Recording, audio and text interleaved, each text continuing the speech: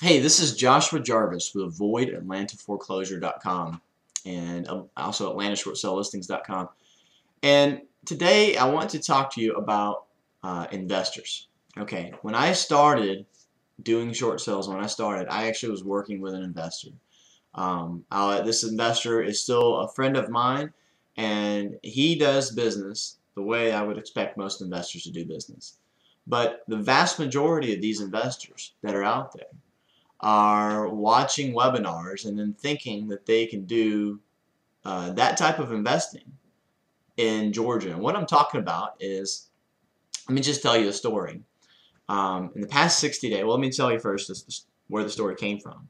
The past 60 days, we've lost 3 homeowners to investors where they have basically fired us as their agent, said, I'm going to go with the investor. And now all 3 of those homeowners had their homes foreclosed on.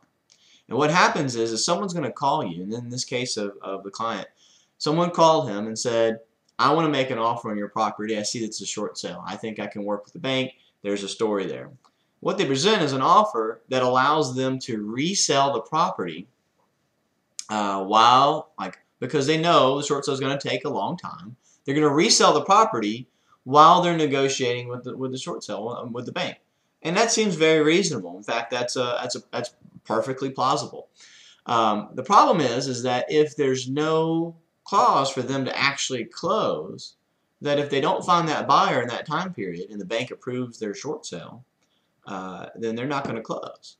And so that presents a problem. The other problem is that since that's the case and they're not going to close, that they also are here to make a profit. So if the bank has already said your house is worth $200,000 and they're making an offer for $150,000, the bank's going to reject that. And now you are tied up in a contract with an investor who's trying to get $150,000 and the bank clearly wants $200,000. And that's not a good situation for you to put your family in. And so those are the things. And these investors will come through and they'll say, yeah, I'm going to present an offer, and that's all the bank wants, so we're going to postpone the foreclosure. The other thing to think about is you want to know how many people have their hand in this deal. And this is a question, and we'll do another video on this, but questions to ask investors. But who's negotiating that? Is it the investor who wants the lowest price? Is it a third party who may or may not understand Georgia laws? Is it a real estate agent?